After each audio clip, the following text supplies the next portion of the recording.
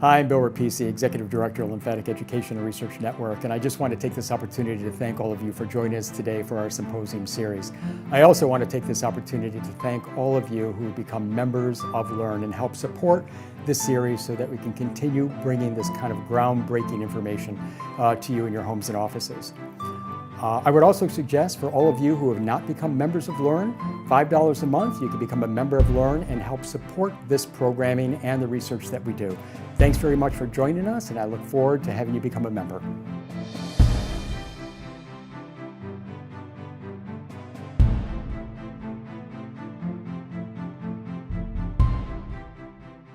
Good morning, everybody, and thank you for joining us.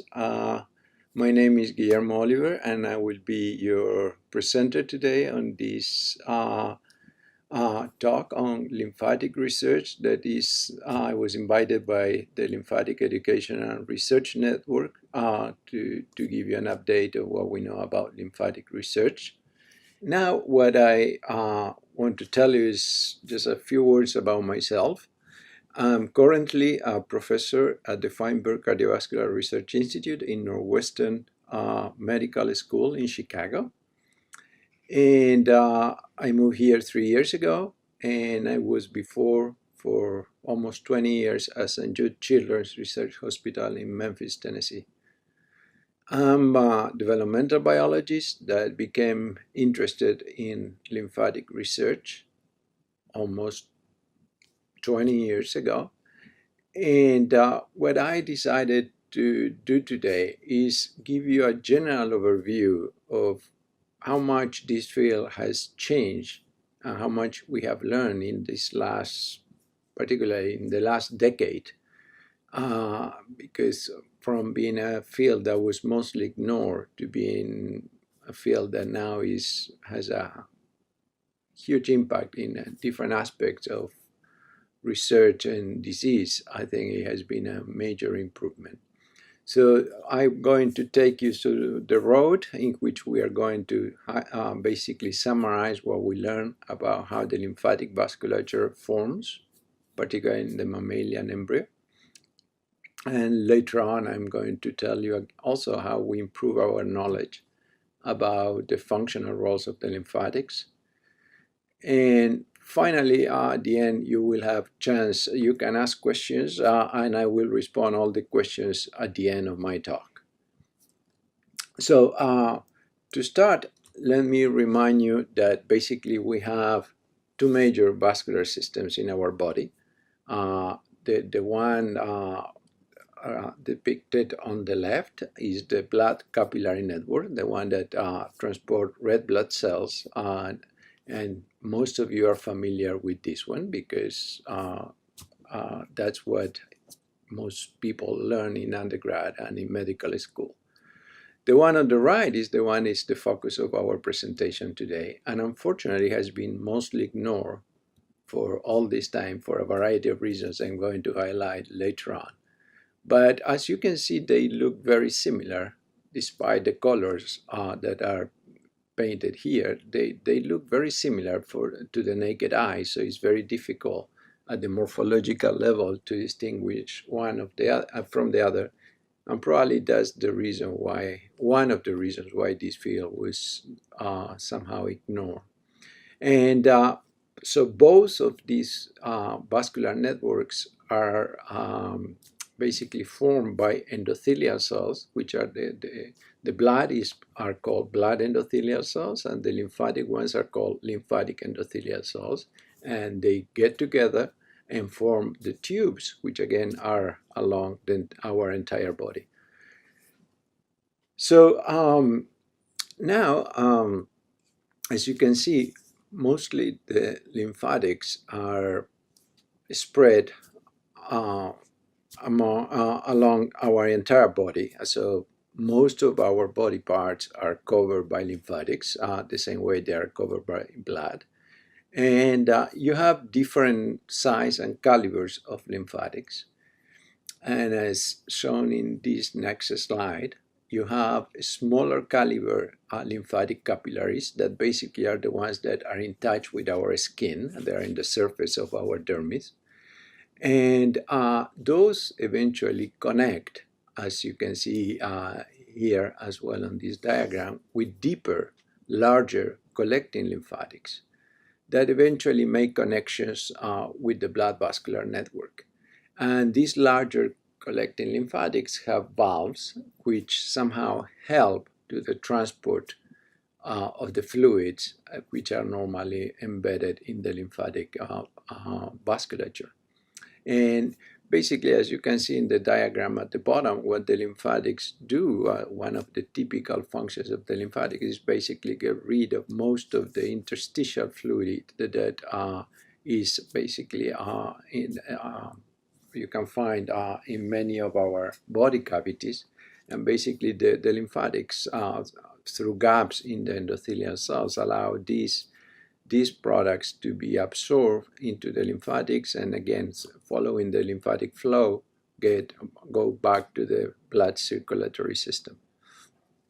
So now regarding what are the functions of the lymphatic, again, I think this is what most people are familiar with, and this is what you found until recently in most textbooks. Regarding the normal roles of the lymphatics, basically the accepted concept is they are required to drain or absorb lymph fluids from the extracellular spaces, as I showed you in the slide before. And the other very important role are basically they absorb all the lipids from the intestinal tract, and this is a very important function. Basically, some people consider the lymphatics like the sewer system of our body. They get rid of most of the things that we don't need or we don't want, all the waste. And in disease, the most classical recognized functions of the lymphatics are the ones depicted on these pictures, which is either congenital or acquired lymphatic malformations, which in general lead to this swelling of the extremities, which is known as the most popular one as lymphedema, which are represented in these pictures. And the other well-established role of the lymphatics is the role in the transport of metastatic cells through the body in cases of cancer. So until now, those were the most accepted and more popular roles of the lymphatic. And as you will see, as we progress on my talk, this has changed, and we added a variety of additional functional roles for the lymphatics. Going back to what I just was telling you again, what we knew until now was that lymphatics are important in lymphedema. Again, when the lymphatics are disrupted, malfunction, or they are injured, for example, in cases of radiation or lymph node removal in breast cancer, you end with lymphedema. In the case of transport of metastatic cells through the lymphatics, they eventually end on the lymph nodes, these cells, and from there they go to the body. And then also the other important role of lymphatics is in inflammatory response by the transport of all type of inflammatory cells that also eventually end on the lymph nodes. I was telling you at the beginning that one problem with the lymphatics was that was not much attention given to lymphatic research, and part of that is consequence of the poor education that undergrads or medical students have about this field. And this is a colleague of mine gave me this picture a few years back. And somehow this investigator highlights exactly that basically in most textbooks and most schools, research in lymphatics is basically ignored. And until this changes, we will have this lack of awareness about the importance of this vascular network. And hopefully, and it's indeed changing, but it should change even more. Now, let's move to what I told you at the beginning to try to summarize what we learned about the development of the lymphatic vasculature in the mammalian embryo. And As a developmental biologist, I'm convinced that in order to better understand disease, you need to understand how normal development occurs in an embryo, and in this case, how lymphatic endothelial cells and lymphatic vascular network are formed during development. And this is, has been the focus of my lab for almost the last 20 years.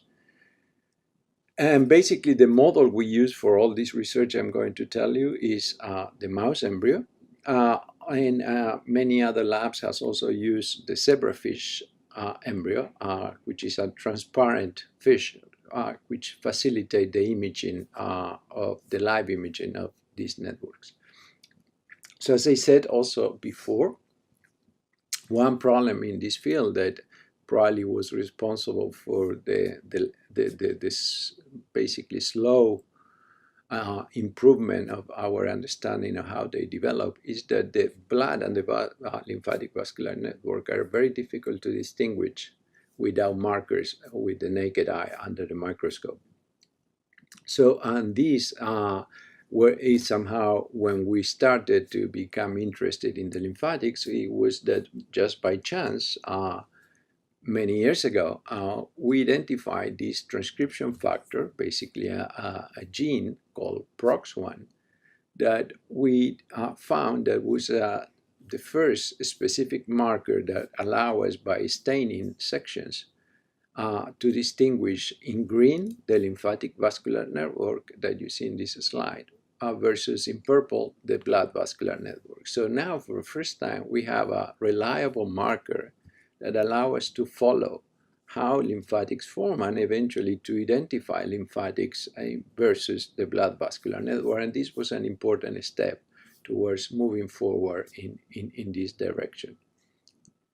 Also, as I mentioned before, when we started to work on this and we identified Prox1 and we went back to the textbooks to try to see what was known about the mechanisms and the genes regulating lymphatic formation, we found that there was nothing or almost nothing. And basically, all what was reported was this diagram that was done over 100 years ago in 1902 by an amazing scientist called F.Sabin, that basically she was one of the few that worked in this field at that time, a classic anatomist. And by injecting ink in pig embryos, she somehow worked out the mechanism by which lymphatics form, and she proposed that the lymphatics were all derived from the veins. Basically, she proposed a venous origin for the lymphatics. And this proposal has been debated for a long time, and it's still, until a few years ago, this debate was still going on, and as you will see, part of it is still going on today.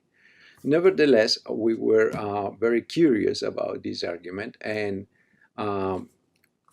taking advantage of Prox1, a couple of highlights I want to tell you. So first of all, that Prox1, this gene I mentioned, was not just a marker, but also play a very important functional role.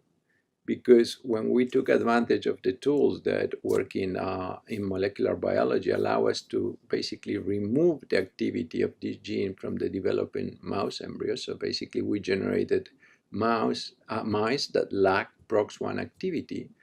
What we found, and we were very excited about, was that not only this gene labeled the lymphatics, but also these mouse embryos, first of all, they die during mid-gestation, around E14.5, as you see in panel A.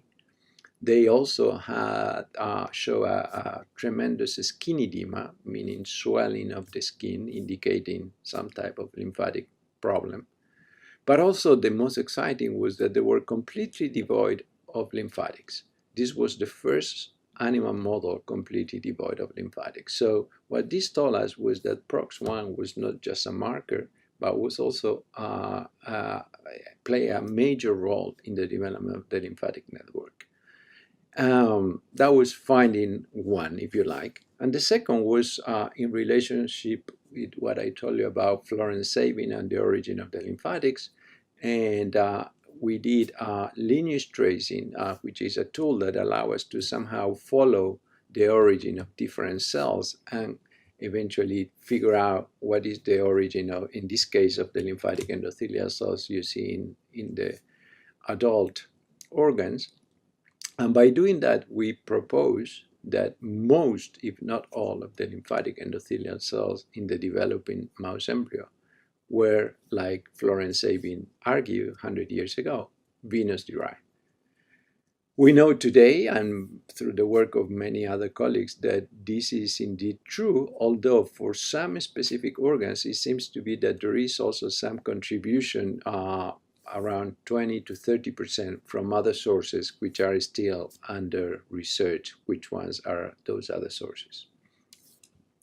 From this work, basically, we proposed at that time a stepwise process that we divided in 4 phases, which are required for the formation of the mature, well-developed lymphatic vasculature. The initial one on panel A is the one I was referring a minute ago, in which basically is the initial step in the formation of lymphatics. What we found is that in the mouse embryo, if you cut, what you see there is a transverse section of a vein called the cardinal vein. And what you see in strong green on one side, this is Prox expression.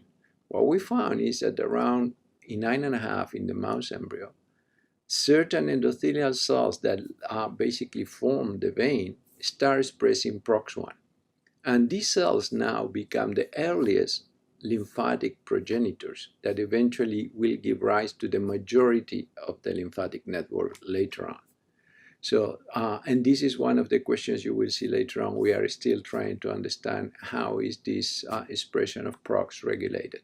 So this is a very important step. Basically, most of lymphatics are derived from those few progenitors that you see in dark green on that panel. A few hours later, basically what happened, those progenitors start to leave the cardinal vein, as you can see in panel B with dark blue. These are, again, Prox expressing lymphatic endothelial cells. And this migration is guided by some signaling molecules, in this case, the receptor VEGFR3 and the ligand VEGF-C. The migration of these lymphatic endothelial cells will basically give rise to different lymph sacs, which are distributed along the anterior-posterior axis of the embryo. There are 7 of those sacs. Those are shown in panel C in blue. And eventually, by proliferation and sprouting, the entire lymphatic network is going to form. So these are the 4 key steps that in my lab, particularly, we have been trying to focus to understand each of them. How does it happen? How is regulated at the molecular and the cellular level? So once again, I like this picture very much. That's why I'm showing it. This is an image of the earliest step leading to the formation of the lymphatic vasculature. Once again, what you have is a section of the vein, the cardinal vein, and what you see in red is Prox expression on one side of the vein, giving rise to the earliest lymphatic endothelial cell progenitors. I'm not going to go in detail on how this happened, but what we know is that 2 other transcription factors, which are normally expressed on the vein and the venous endothelial cells, called CUPTF2 and SOX18, are responsible for turning on Prox. However, why is Prox on one side and not in the other is some thing that we still haven't been able to figure out, although we have been trying hard to understand that problem.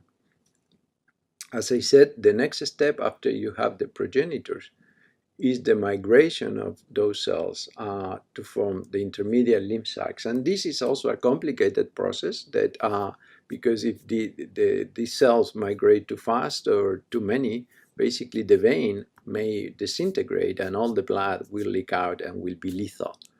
So we show years ago that as these cells leave the vein, they are surrounded, as you can see in the top panel on the left, by green. These are cell adhesion molecules. So as the cells start leaving the vein, you can also see it on the panel on the right. They are surrounded by these tight cell adhesions, such as they are together and they pull together one with the other. And eventually, as I said, give rise to what you can see in this image, which is what I told you before. You can see in the panels A and B in red, these are single nuclei labeled by Prox1, which are leaving the cardinal vein. And eventually, as you can see in panel C, and particularly in panel D, where it's labeled LS, these cells coalesce together and eventually form this larger structure called the lymph sac, from which, as I said before, the entire network is going to be formed. What you see in blue is the normal blood vessels, which are always nearby the lymphatics. In summary, for this part of the talk, at the molecular level, what we learned so far, and this is a very simplified view, is that early on, expression of CUPTF2 and SOX18 are responsible for the initiation of Prox expression. And then there is a crosstalk between Prox and VEGFR3. And through the ligand VEGF-C that is expressed in the surrounding tissue, these progenitors start to leave the vein to migrate, and they start to express additional markers and eventually become mature lymphatic endothelial cells and form the entire network. And you can see that, again, simplify in this diagram, in which is exactly a representation of what I just told you before. Prox progenitors on the vein, they start leaving the vein and they form the lymph sacs.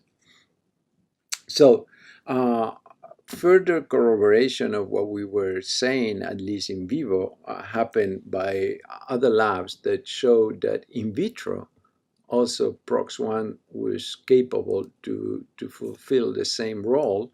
Basically, if you culture blood endothelial cells and you insert Prox1 using viruses, for example, basically what happens is those blood endothelial cells get reprogrammed and they start to express typical lymphatic endothelial cell markers such as VEGFR3. So basically, Prox1 expression is sufficient to reprogram blood endothelial cells in vitro and in vivo into a lymphatic endothelial cell fate. Also, as I told you before, the question we are still trying to address, and we are doing a variety of assays to address that, is why Prox, here represented in red, is only on one side and not in the other. Is because something induces Prox on one side, or is because the cells on the left are different from the ones on the right? And we have been using a combination of tools to try to address that. We have been isolating cells on the left and the right to see if they are different or not. And what I can tell you so far that they are not different, they are identical. So it seems that something turns on Prox on the right specifically. We are also have been trying to put now Prox on the left side and see what happens. And a little bit of that work using transgenic mice is what I'm going to show you in a minute.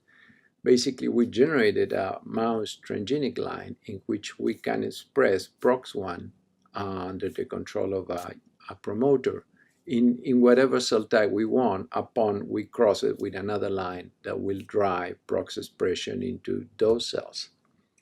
And in our particular case, as I told you at the beginning, if you look on the panel of the left, is the normal expression of Prox. You see it on the vein on one side in a polarized manner, and you see all the Prox red cells leaving, migrating out of the cardinal vein.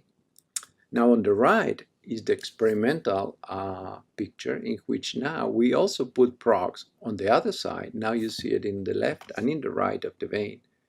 You even see it in the aorta, which is the tube that you see next to the cardinal vein that normally in the control doesn't express Prox1. So what you can see in this image, that by doing that, it seems that we have a lot more Prox1.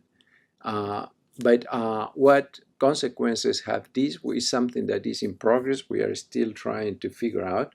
But the bottom line, we are very successful doing this. In these images, you can see, for example, on panels B and B prime, is a section of the spinal cord in which normally in green you see the blood vessels, which in B you see are devoid of Prox-expressing cells. Now on panel B prime, you can see that now those blood vessels start to abnormally express Prox1. The same is true on these other panels, particularly in D and D prime. Now these are blood vessels, which are in red, that now start to abnormally express Prox1. So are there consequences of doing that? Can we transform by adding Prox a blood endothelial cells into a lymphatic endothelial cell? Well, again, as I said, this is work in progress. We still don't have the final answers, but what is clear that by doing that, we messed up these lymphatic vessels that start to acquire identities which are a kind of a hybrid mixture between a blood endothelial cell and a lymphatic endothelial cell. Basically, they have, from markers, a kind of typical mixture, and you can see it, for example, on panel G and H, in which normally you see that in red is called smooth muscle actin that normally is not present in blood vessels. Now on H, you see these new vessels in which we added Prox1. Now they start to express smooth muscle actin, so clearly seems to be behaving as hybrid between lymphatic and blood vessels. So again, these are work in progress. What we are trying to do with this is to see if we can find ways to manipulate the identity of endothelial cells, as could be a therapeutic, ideally, approach to change the fate of blood endothelial cells to reconstruct into a lymphatic feature or a lymphatic vessel.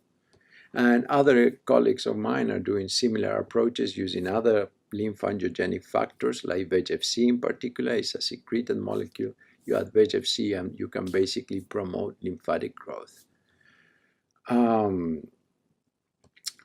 Another fascinating aspect of lymphatic endothelial cells, but in general about all endothelial cells, was also we found a few years back, because I told you initially that Prox is required to basically make a blood endothelial cell become lymphatic. But one thing we found when we were doing this work was that Prox is expressed in lymphatic endothelial cells constantly, not only during embryonic stages, but also postnatally and in adults. And the question was, why is doing that? Why you need this gene to constantly be expressed if you already have lymphatics? So to address that, what we did was to remove Prox expression now from those formed lymphatics at different stages, postnatal, adults, and see what happened. And the results were quite consistent, as seen here. Basically, what you see in panel C in particular is that when we remove Prox in an embryo, now you see all, instead of what you see in A, which is a normal embryo, you see in C a lot of blood-filled lymphatics in the skin. And the same was true at whatever stage we were doing this. Basically, by removing Prox, what we found is that these lymphatic vessels that lost Prox expression start to revert backwards to what was the original fate, that is to be a blood endothelial cells. Meaning, you remove Prox and these lymphatic vessels start to behave as a blood vessel. So, meaning that lymphatic endothelial cell is plastic and reprogrammable. Basically, you need constant Prox expression to maintain the lymphatic fate. If you delete it, basically you go back to be a blood endothelial cells. And this plasticity feature is not only exclusive for lymphatic cells. It's true for at least for the three types of endothelial cells. The ones in red, the arterial. You need just one gene, in this case called Notch, to turn venous endothelial cells basically to turn endothelial cells into arterial. At the same time, you need another gene called CUPTF2 to repress Notch to become venous endothelial cells. And then, as I just have been telling you, you need Prox on top of the venous cells to become lymphatics. And a variety of venous malformations have been shown by pathologists that are a consequence of basically misregulation of any of these key regulators, and many of those disorders have hybrid identities between venous, arterial, and lymphatic. So bottom line summary of what I just told you is that endothelial cells are very plastic, and we should try to take advantage of this plasticity in certain disorders. But that brings me to another important feature that is also important to eventually address, is that I have been talking in general about blood endothelial cells, lymphatic endothelial cells. But as you can imagine, the endothelial cell that is on a blood vessel, for example, in the liver, have different functional requirements than those that are on the heart, those that are on the muscle.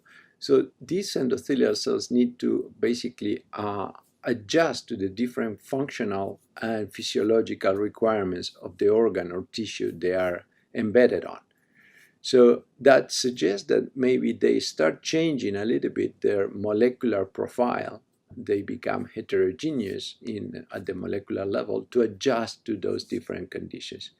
And this work from, highlighted in this slide from Shaheen Rafi's lab, basically they took advantage of tools that we have available today that we can sequence different endothelial cells from different organs and see what type of markers they express, and clearly showed that they are heterogeneous. The ones from the liver are different from the heart, from the kidney, the lung, etc. So basically endothelial cells adapt to the organ they are working on and to basically reflect those requirements. So the question for us, and we have been trying to address in my lab, is whether something similar is also true in the case of lymphatics, that they are heterogeneous and they change their molecular profile depending on the organ and depending whether it's a normal condition or a disease condition. And this is, again, work in progress in the lab. So I think this is as much as I wanted to tell you right now about the developmental aspects leading to the formation of the lymphatics. Now, for the rest of my talk, I want to go a little bit more into what we learn about the functional roles of lymphatics. And on this slide here, again, is a summary of basically what I told you at the beginning, what we know lymphatics do in normal conditions. Again, drain lymph fluid, absorb lipids, etc., and what we know about disease, which is mostly congenital or acquired lymphatic disorders, lymphedema, or the role in metastasis and the migration of tumor cells. And again, this is more or less a scheme of the same thing. And in the case of lymphedema, particularly, which is the swelling of the extremities, basically, the ones which are critical for that are the dermal lymphatics, which is what is represented on this next slide, which I told you before. They are smaller capillaries, which are eventually connect with deeper lymphatics. And basically, they are very important to maintain the homeostasis of these tissues. And they are also very important to sense inflammation by bacteria or any other agent, and basically work on the inflammatory reaction of that tissue. So that's, again, one of the important functions of lymphatics in this sense. The one we were just talking is the role in tumor metastasis. They transport metastatic cells that they send to the lymph nodes. And again, these were the classical roles. The lymphatic vasculature is obviously very important in the lymph nodes, basically, again, for not only for the tumor cells, but also for the immune response and tolerance by transporting a lot of antigens from other sources to eventually the lymph nodes. More recently, new functional roles have been added to the lymphatics, and I will list a few of those, particularly, for example, in the removal of cholesterol, what is called reverse cholesterol, and transport of HDL. And basically, the idea is also now that the lymphatics could be a new target for the treatment of a variety of inflammatory diseases. And again, I'm not going to go in detail. We don't have time. I just want to give you basically an overview of the kind of things I hope you will think about it when we end this talk, that lymphatics do much more than what we thought before. Again, the other idea is that they may have to do also a lot with metabolism, in particular, and we will see later on about obesity, and also with the removal, as I told you before, of cholesterol. And many of these functions has to do with the particular and very specialized roles of lymphatics in the gut, which is what is represented here. I told you at the beginning that the lymphatics are very important for lipid absorption. And the key players in these are these intestinal lymphatics, which are called lacteals, which you can see it better in the next slide. These are what is on the panel A is a villi, which covers the small intestine. And basically, each of these villi has a lymphatic vessel, as you can see in these diagrams. And those are going to be key for the absorption and transport of the lipids and all these inflammatory molecules that I was telling you before. Basically, what these lipid particles eventually become chylomicrons, which are small particles that transport the lipids. And again, these gut lymphatics are very important, and a major work in characterizing their function has been done by the lab of Tatiana Petrova and Goyanko in Korea. The other thing I was mentioning before, and I think it may become a little bit more clear now, is to try to characterize the different molecular profiling of each organ to better understand how these lymphatics adapt for the different functions, which could be very different in the liver, the kidney, and on the gut, how they basically change the nomenclature from one tissue to another. Additional roles have been learned more recently. For example, is an pulmonary lymphangiectasia, which is basically when lymphatics in the lung are somehow defective. And basically, you can mimic that phenotype, and this is the work of Donald McDonald's lab, by overexpression of the lymphangiogenetic factor VEGF-C. Basically, what it does is make a huge overgrowth of lymphatics in the lung, and as a consequence of that, you have basically a tremendous lymphangiectasia in which you see chiles basically leaking out from the lymphatics in the lung, and these become lethal. And this group also discovered that treatment with rapamycin is sufficient basically to treat some of these conditions, particularly respiratory conditions. Another totally unexpected and extremely important finding regarding functional roles of the lymphatics has to do with the eye. There is a vessel in the eye called the Schlemm canal that a number of labs 2-3 years back discovered has a unique feature. In this case, this vessel is a hybrid. It's not a lymphatic, it's not a blood vessel, it's a hybrid with markers for both of those endothelial cells.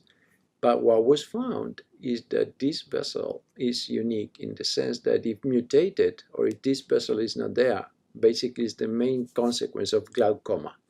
So here you have a unique role of lymphatics we never heard before, which is lymphatics are important for glaucoma. So, and a number of genes have been identified. They are responsible for formation of the Schlemm canal. And here you have another diagram of the Schlemm canal. Basically, it's the route for the exit of the aqueous humor that is transported in the eye. But basically, we know, as is depicted in this picture, that as expected, Prox1 is a major player in the formation of the Schlemm canal. The same is true for the angiopoietin at the receptors TIN2 and also VEGFR3. So again, there you have another functional role of lymphatics in the formation of the Schlemm canal, and if they are defective, in glaucoma. Until very recently, the concept was that the CNS is devoid of lymphatics. And although this is still somehow true, the brain has no lymphatics inside. What was discovered recently by the labs, particularly Jonathan Kipnis and Caria Litalo, was that there are lymphatics outside of the meninges that you can see in this diagram better, which, as you can see at the top, this is basically a picture of the brain, and you see in blue are the major blood vessels, which are surrounded by these meningeal lymphatic vessels that were identified in the brain by these groups. And I must say that partially many of these new discoveries has been, and I want to give credit to my lab in this regard, because the finding of Prox1 has allowed to generate a number of mouse lines that has powerful reporter genes, tomato or others, that allow us now to simply visualize the presence of these lymphatics either on the Schlemm canal or on top of the meninges, that now has allowed us to really identify these new structures that we were not aware before. And that's what I was telling at the beginning of my talk. I think the lack of markers was basically very detrimental for the understanding of the roles of lymphatics for many, many years. So now what is still very debatable is what is the role of these meningeal lymphatics. And there is a lot of debate about this. The idea is that they drain fluid from the central nervous system, but there is argument that has to do with a variety of neurological disorders, including Alzheimer's.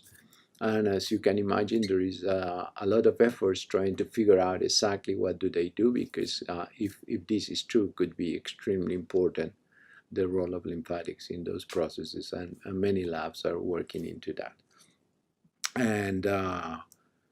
And finally, also very recently, the particular lab of Paul Riley has also determined that lymphatics are apparently very important in the heart, particularly during cardiac repair after myocardial infarction. Has been a variety of models have been generated to show that basically the presence of lymphatics is important to facilitate and speed up the process of injury repair after heart failure. So in summary, I think until now I show you that really it's not just lymphedema and tumor metastasis what the lymphatics do, but they do much more. And as our work, the work of many labs progress in this area, I'm sure we are going to learn that they do much, much more than what we thought before. And this could be very important for the treatment and diagnosis of a variety of disorders. In the last few minutes, I want to tell you something else, because of course, cardiac infarct is very important. It's a major disease in our society, but I don't need to tell you about obesity. It's a major problem as well. And one thing that took us completely unexpected was the role of lymphatics, or the connection between lymphatics and metabolism. And this happened because when we were working with Prox1, until now I told you mouse models in which we remove both copies of Prox, therefore you don't have lymphatics. However, when we remove only one copy, what you can see in this image is on the left. These animals become extremely obese. They are covered in fat. So, and furthermore, when you characterize these animals, they exhibit all the features of what is called late onset obesity. They have basically an increase in fat, visceral fat. They have higher triglycerides, higher leptin, higher insulin. They have a higher triglycerides. They have a fatty liver. So it took us a long time to figure out why they are obese, and we never thought about the lymphatics. The only reason we started thinking about it was, first of all, because nothing else fit. We tried any other approach and we couldn't find a cause for the obesity. But it turned out that most of the heterozygous animals lacking one copy of Prox, they die at birth with these terrible diseases or features that you can see in these images. One is chylosositis, which is the one at the top. Basically, the intestinal lymphatics get packed with these lipid particles, and you can see it in white, and eventually they die. And even worse is they develop chylothorax, as these pups start sucking milk once they are born. Eventually the lymphatics basically break out, and all these lipid particles fill the thoracic cavity, and they cannot breathe and they die. So at that time we started to think that maybe the lymphatics, even in this, by removing one copy, were not fulfilling their normal role, and they were somehow defective. And indeed, this was the case. When we started to characterize the lymphatics in detail, we found that in these animals, the lymphatics have holes. They were mispatterned and clearly defective. And this is the lymphatics I was telling you at the beginning, that in the intestine are very important for the absorption of lipids. There are these wide vessels which you can see there, which are called lacteals, I told you before, because they transport the lipids. And you can see it better in this image. These are these red vessels inside the villi of the gut are the lacteals, which transport those lipids. And what we did in the lab was to feed our Prox obese mice with a type of food that is labeled fluorescently. And a few hours later, we sacrificed the animals, we removed the gut, and we start visualizing what happened, because this food is absorbed by the intestinal lymphatics. And what we noticed, and was very obvious, not only that the lymphatics were defective, but as you can see in the last image, these lipid particles that normally should be inside the lymphatics of the gut, they are now leaking out, consequence of these holes that I told you the lymphatics in Prox heterozygous mice have. Furthermore, when we saw that, we decided, well, could be this the cause of the obesity? And what we did, we took those chylomicron particles, we put it together with cultures, in vitro culture of pre-adipocytes, and we found that those chylomicron particles were sufficient to basically promote adipocyte differentiation. By adding chyle, basically these pre-adipocytes became adipocytes. So bottom line, what we concluded from that work was that basically there is a new mechanism or a new functional role for lymphatics, is that if your lymphatics are somehow mispatterned and broken, you can have a subtle leakage of chyle. That chyle promotes de novo adipogenesis, basically the novel formation of fat, and eventually these animals become obese. And in the last few minutes, what I want to tell you is, okay, that's great, but who cares? These are mice. So could this also be true in humans? And obviously that was the important question for us. And we are still trying to figure this out. But the problem with humans is not so easy to evaluate the integrity of the lymphatic vasculature, because doing a lymphangiography is a very invasive assay. So we cannot just go around and ask people that has an increasing weight to see if we can analyze their lymphatics. So we decided to see if we can identify biomarkers that could be easily accessible, that could give us a hint that in these patients, maybe the lymphatics are abnormal. And we decided to go for exosomes. Exosomes are small particles, circulating particles that carry cargo of whatever you want to think about it.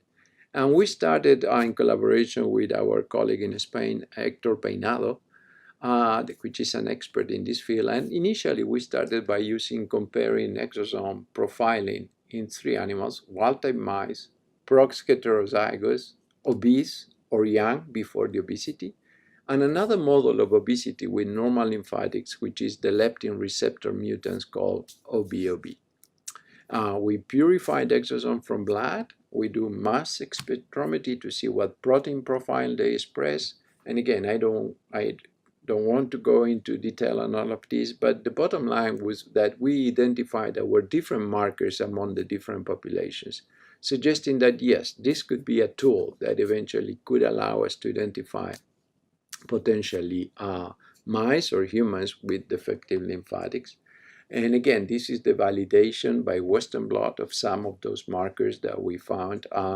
It doesn't matter the identity, just basically what it shows is that in the different genotypes, wild type, Prox heterozygous, OB, or wild types, not all markers are expressed equally. So again, there are differences among the different genotypes. And again, this is another marker that you can see is expressed in Prox young, and in Prox old, but it's not expressed at all in the wild type or in the OBOB. So again, validating this idea. So the idea was, now can we move into humans and see what happened? And by, again, collaborating with our friend Héctor Peinado, and also with the collaboration of Stan Roxon at Stanford, that has access to patients with different lymphatic diseases, we took samples, blood sample from heterogeneous obese patients, normal obese patients, patients with lymphatic defects, patients with lipedema, which is another lymphatic disorder that is not easy to diagnose, And then a group in Poland that has been found to have Prox1 that are represented here. And this group, what they found is that these small nucleotide changes in this population, this group of people are really, they are quite obese and they have visceral fat accumulation and in many ways resemble what we saw in our Prox heterozygous mice. And a few of them are lean, the majority are obese. So we did the same procedure. We isolated blood, we did exosome, and all this is just to show you that indeed we did this job. We compared all these different populations, and clearly we have different biomarkers that appear between the different samples. We also went back and compared even this with what we found with the Prox heterozygous mice. We have a variety of data that we are working on currently. Here you have different signatures between human and mice. And again, for example, now this is the Polish population that has on the top the different nucleotide substitutions. And as you can see, for example, some of the markers are present on the CC and TT mutations, but are not on the lean. So bottom line, again, this validated our approach that we can, by using exosome, identify different groups. And what we have so far is clearly a few biomarkers that are present only in patients that have lymphatic defects, but not in normal individuals. So, and furthermore, we have been focusing also because, as I said just a minute ago, right now it's not easy at the clinical level to diagnose patients with lipedema. And we decided whether this could be an approach to eventually identify those patients. And right now, this is very preliminary, but you can see on the slide on the right that we have a couple of markers that are not present in any of the other type of lymphatic defects, lymphedema with obesity, or primary lymphedema. However, they are expressed in patients with lipedema. And we are currently really repeating these experiments because if this is true, we will have a reliable way to diagnose patients with lipedema and move forward into that. Just to finish, I hope I gave you a relatively broad overview of our knowledge of the mechanisms regulating the development of the lymphatic vasculature and the novel functional roles of this network in a variety of disorders. And I hope in years to come, what I showed you at the beginning, which was this idea that basically the education about lymphatic biology is very poor, is going to change. And now each textbook will have a full chapter dedicated to the education about lymphatic research. And finally, but very important, is to acknowledge the funding sources that support my lab, the many people that has been really doing this amazing job in my lab, all the former members that I need to acknowledge, particularly Jeffrey Weigel, Natasha Harvey, Satish Srinivasan, that have been, Eli Escobedo, implemental on this job, and my current members, particularly the lymphatic team, which is Wan Shuma, Heijin Jill, Shirley Liu, and Michael Oxenden. And now I will be happy to address any questions you may have. So basically, I will be reading the questions and I will be going one by one. Thank you very much.